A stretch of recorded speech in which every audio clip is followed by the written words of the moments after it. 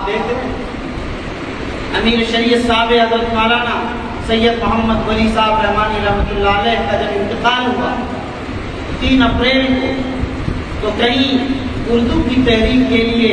اور اردو کارواں کی تحریک کے لیے اور اس کے تحفظ کے لیے کئی وفود مختلف علاقوں میں بہار اڑیسہ جھارکھنڈ کے پہلے بعض لوگ وہ ہیں کہ جو بنیادی دینی تعلیم کی تحریک کے لیے علاقوں میں پھر رہے ہیں۔ ہمارے شریعہ کے بعض وفود اسکولوں کے قیام میں سرگرم عمل ہے، بعض لوگ مختلف دورے کر رہے ہیں اور کاموں پر تحریکات میں لگے ہوئے ہیں۔ اس درمیان امیر شریعت رحمۃ اللہ علیہ کا انتقال ہے۔ کاموں کو کرتے رہے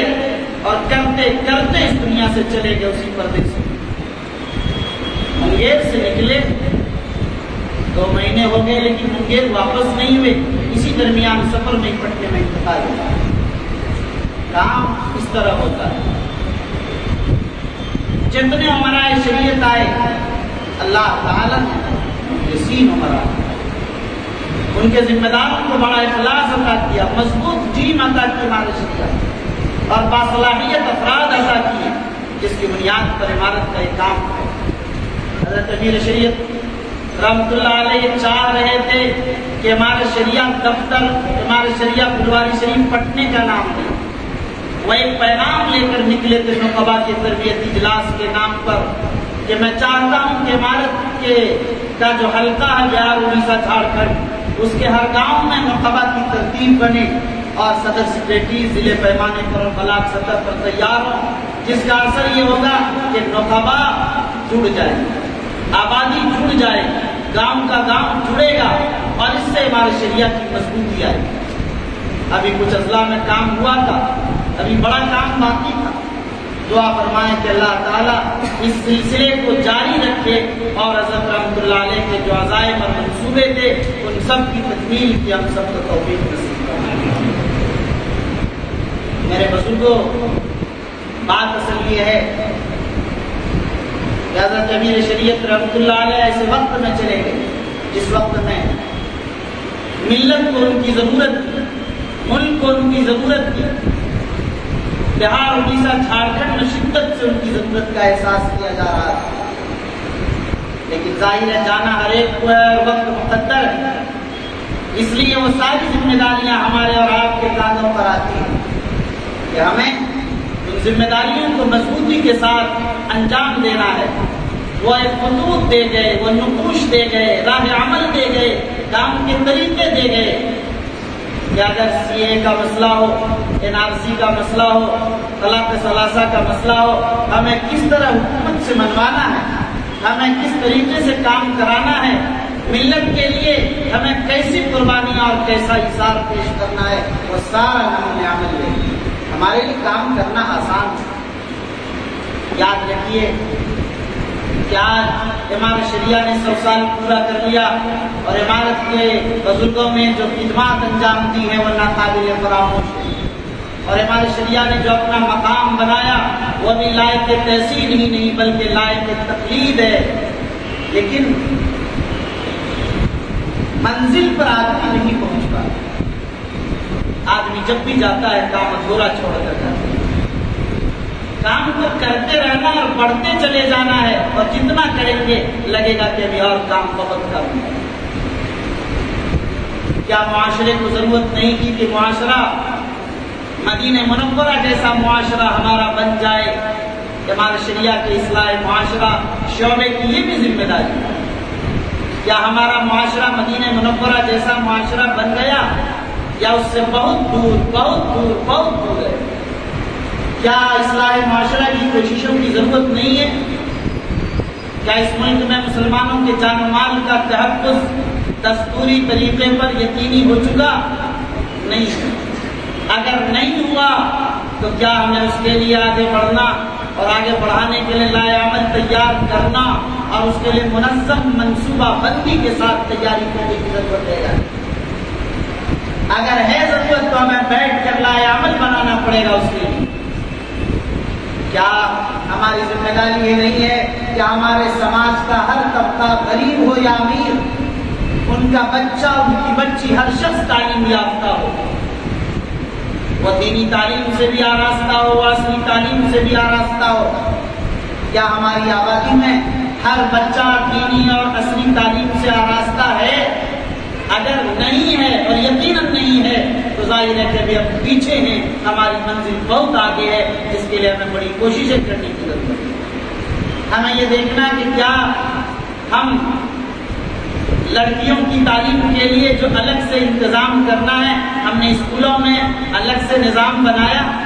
ہم نے کالجز قائم کیے لڑکیوں کے لیے الگ سے، انجینئرنگ کالج قائم کیے، میڈیکل کالج قائم کیے، کیا اس کی ضرورت نہیں؟ کیا ان عصری تعلیموں کو اسلام کے سانچے اور سائے میں اور اسلامی تربیت اور اسلامی ماحول میں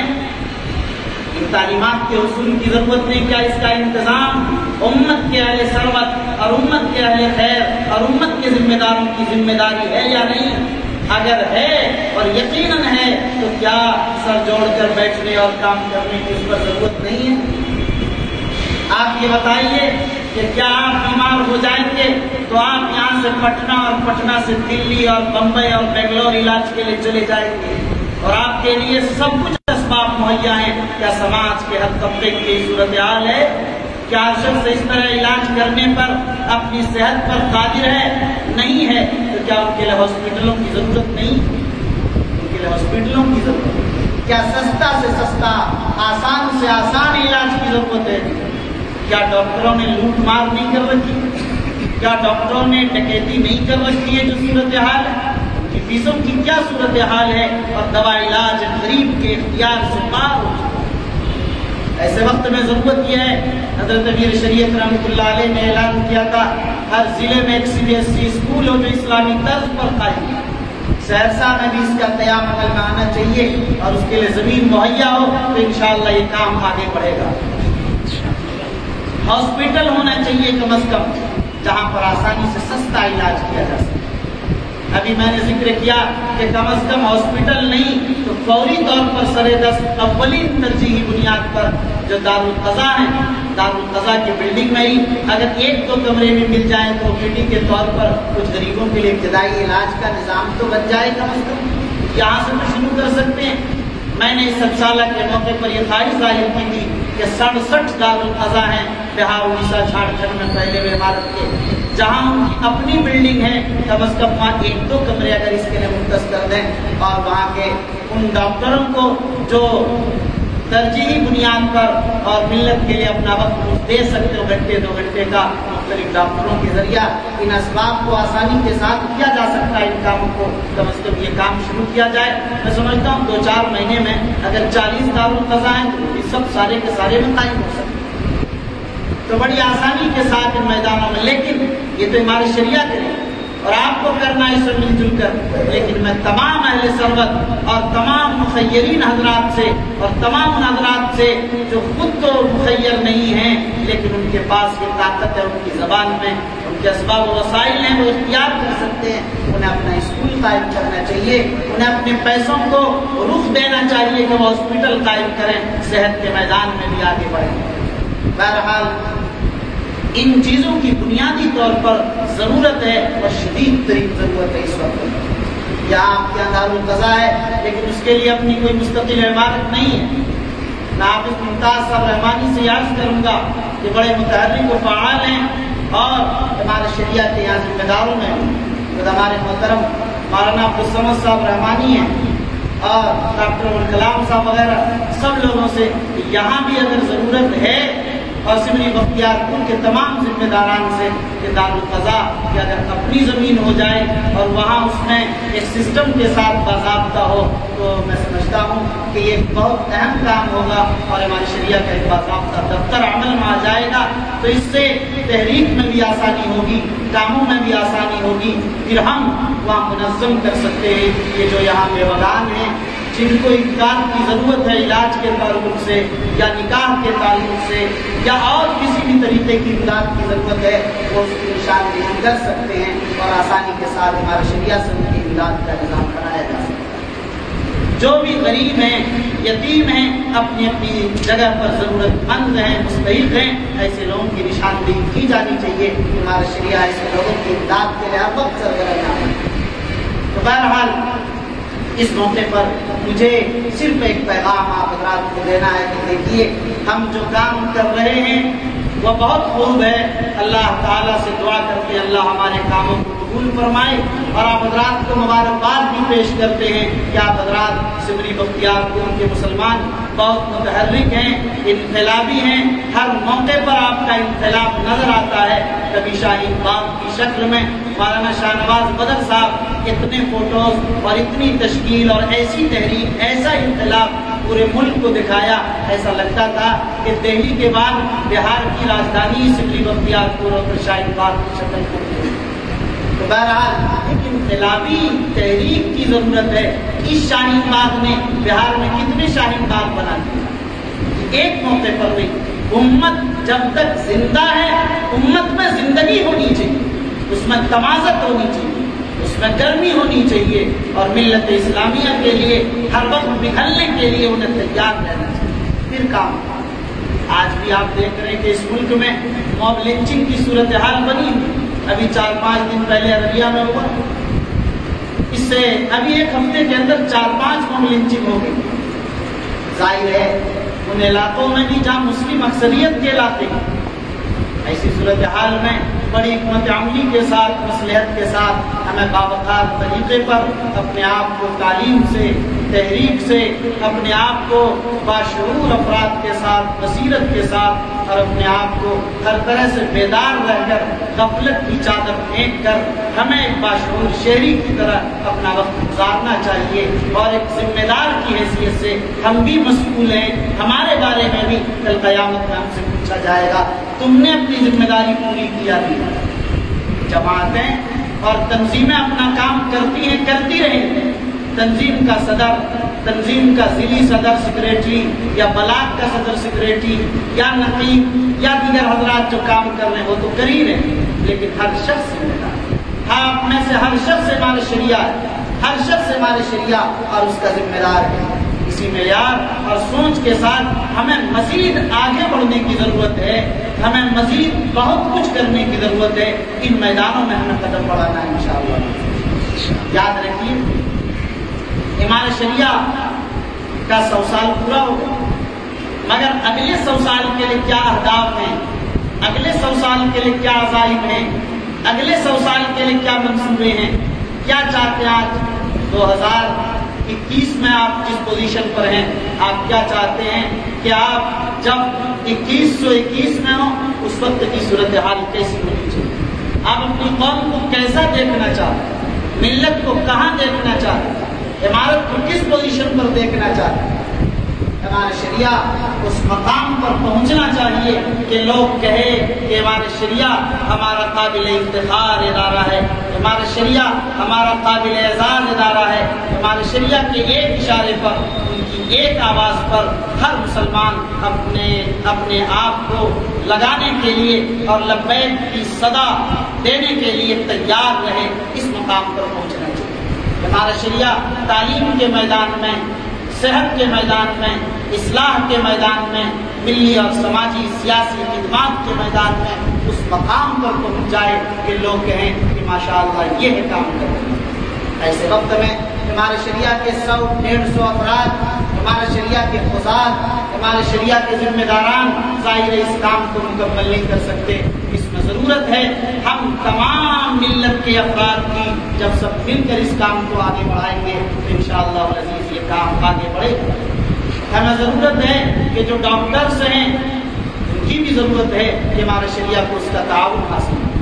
جو پروفیسران ہیں ان کی بھی ضرورت ہے کہ ہمارے شریعہ کی خدمات کو پیش کریں، جو سیاسی حضرات ہیں ان کے اثر و رسوخ کی بھی ہمیں ضرورت ہے کہ ہمارے کے مفاد میں وہ کام کر سکیں جو کر سکیں۔ جو نوجوان طبقہ ہے، یواؤں کا، ظاہر ہے کہ نوجوانوں کی اوقافی روح سے بڑے کام ہو، ان نوجوانوں کی بھی ہمیں ضرورت ہے جو نوجوان متحرک ہیں، کام کر رہے ہیں۔ جو ائمہ ہیں ان کی بھی ہمیں ضرورت ہے، جو خطبہ ہیں ان کی بھی ضرورت ہے، جو اداروں کے ذمہ داران و محتمین ہیں ان کی بھی ضرورت ہے، جو معاونین ہیں ان کی بھی ضرورت ہے، ان اہل اللہ کی بھی ضرورت ہے جو راتوں کو اٹھ کر اللہ کے دربار میں سر بسجود ہو کر دربار الہی کے سامنے پیشانی کو رگڑ کر امام شریعہ کی ترقی اور استحکام کے لیے دعائیں کر رہے ہوں۔ ایسے مستجاب الدعوات مخلصین بارگاہ الہی کی بھی ضرورت ہے۔ یاد رکھیے ادارے ایک آدمی سے نہیں چلا کرتے ہیں، اداروں کے لیے پوری جماعت کی ضرورت ہے۔ قاسم نانوتوی رحمۃ اللہ علیہ نے جب دارالعلوم قائم کیا اور حج میں گئے اور حاجی امداد اللہ اپنے مرشد سے کہا کہ اس طرح کا نظام ہو گیا، فرمایا تم کہتے ہو میں نے ادارہ قائم کیا؟ امداد اللہ مکے میں حرم میں پیشانیاں رگڑ رگڑ کر سجدے میں دارالعلوم کے قیام و استحکام اور اس کی ترقی کے لیے دعائیں کر رہے ہیں۔ کتنے لوگ کہاں دعائیں کرتے ہیں، تب جا کر کوئی شجر تناور ہوا کرتا ہے، تب جا کر جو بیج ڈالی جاتی ہے وہ تناور درخت کی شکل اختیار کرتی ہے، ان کی شاخیں پھیلتی ہیں اور پھیلتی چلی جاتی ہیں، تب اسی درخت کو شجرہ طوبہ سے تعبیر کیا جاتا ہے اور پھر کہا جاتا ہے کہ شجرۃ اصلها ثابت وفرعها فی السماء، اسی کا معنی ہے۔ یاد رکھیے اس ملک میں اگر جینا ہے باعزت اور باوقار شہری ہو کر جینا ہے تو اس عزم کے ساتھ جیے اور اس حوصلے کے ساتھ رہیے کہ اس ملک میں ہم باوقار شہری ہیں، اس ملک کی آزادی میں ہماری قربانیاں ہیں، اس ملک کی آزادی میں ہمارے اسلاف نے خون بہایا ہے اور اس ملک کی آزادی کے اندر جو ہماری قربانیاں ہیں ہماری نئی نسل کو اس سے واقف کرانا ہماری ذمہ داری ہے۔ یاد رکھیے اگر ہم 1 انچ پیچھے ہٹیں گے تو 3 انچ پیچھے ہٹایا جائے گا، یہ مزاج ہے۔ حقوق ملتے نہیں ہیں، حقوق لیے جاتے ہیں، حقوق دیے نہیں جاتے ہیں، حقوق چھینے جاتے ہیں، اس کے بعد معاملہ ہوتا ہے۔ اصول ہے، یہ ایک اصول ہے، کسی بھی سیکولر ملک میں بغیر ڈکٹیٹرشپ کے نظام نہیں چلا کرتا۔ یاد رکھیے اسی بنیاد پر آپ کو اپنے حقوق کے لیے تیار رہنا ہوگا، کھڑے رہنا ہوگا، یہ نہ سمجھے کہ آپ کی جیب اور آپ کی جھولیوں میں آپ کا حق پیش کر دیا جائے گا۔ ہمارے بزرگوں کا خواب ہمارے شریعہ کا یہ بھی تھا، وہ چاہتے تھے کہ یہاں سیاسی دبدبہ قوت و طاقت نہیں، لیکن حالات کے پیش نظر اس کو پھر بعد میں رہ گیا، لیکن ظاہر ہے اعلاء کلمت اللہ کے لیے، دین اور اسلام کی سربلندی اور اس کے تحفظ کے لیے اور دارالقضا کے ذریعے نکاح و طلاق، خلا، ہبہ، وراثت، ان تمام مسائل میں جو رہنمائی کے لیے دارالقضا بات جگہ جگہ قائم کی گئی، اسی بنیاد کہ مسلمان لڑتے زیادہ ہیں، مسلمانوں کے یہاں مسائل زیادہ ہیں، اس لیے متوجہ کیا جانا چاہیے کہ کورٹ کچہری کے چکروں کو چھوڑ کر دارالقضا کا رخ کرے، کورٹ کچہری کے چکر کو چھوڑ کر قاضی صاحب کی طرف متوجہ ہو کر ان سے فیصلے کروائے، اس کا مزاج بننا چاہیے۔ ہمارے بزرگوں نے یہی مزاج بنانے کی کوشش کی، لیکن آج ہم اور آپ ہیں کہ لاکھوں روپے، کئی لاکھ روپے خرچ کر دیتے ہیں، مگر جہاں فری میں مکمل نظام ہے، دارالقضا ہے، خود آپ کے ضلع میں 3 دارالقضا قائم ہیں، لیکن اس کی طرف رجوع نہیں کرتے، اس لیے کہ بہت سارے مسائل کی تعداد جو ہونی چاہیے وہ نہیں۔ کورٹ کے مقدمات کی تعداد دیکھیے اور دارالقضا کے مقدمات کی تعداد دیکھیے تو آپ کو اندازہ ہوگا۔ یاد رکھیے ہمیں دین کو اپنا، ہمیں شریعت کو اپنا آئیڈیل اور نمونہ بنانے کی ضرورت ہے، اس کی طرف متوجہ ہونے کی ضرورت ہے۔ ایک بات آخری کی طرف کی بات ختم کروں گا، یاد رکھیے ہماری سب سے بڑی بنیادی ذمہ داری یہ ہے کہ ہم اپنی اصلاح کریں۔ اپنی اصلاح میں بنیادی طور پر یہ ہے کہ ظاہر ہے ہماری کیا ذمہ داریاں ہم سے واقف ہوتی ہیں، ہم راہ راست پر اور شریعت اسلامیہ پر قائم ہیں، ہمارے بچے تعلیم یافتہ ہیں اور سیدھی راہ پر چل رہے ہیں، ہمارا سماج کی صورتحال سے دوچار ہے، ہم سماج کے لیے کتنے مفید اور کتنے زیادہ ہم ان کے لیے نفع بخش ہیں، ہمیں اپنا یہ جائزہ لینا ہوگا۔ کیرانہ کو بھی سبسکرائب کریں، شکریہ، جزاک اللہ۔